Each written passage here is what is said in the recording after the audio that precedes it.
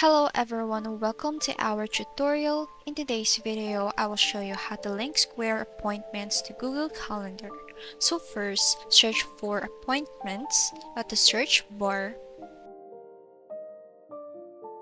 and click on this one. Now at the left side, find the settings and then go to calendar and booking. Now, what you will do is scroll all the way down and you will see this option linked to Google Calendar. Now click on that. And then after that, you have to sign in with your Google account.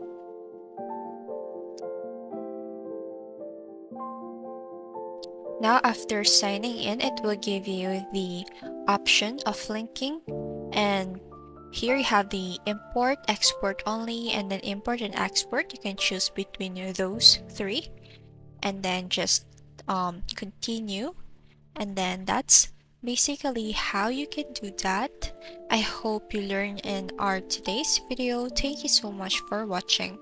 Don't forget to like, comment, share, and subscribe.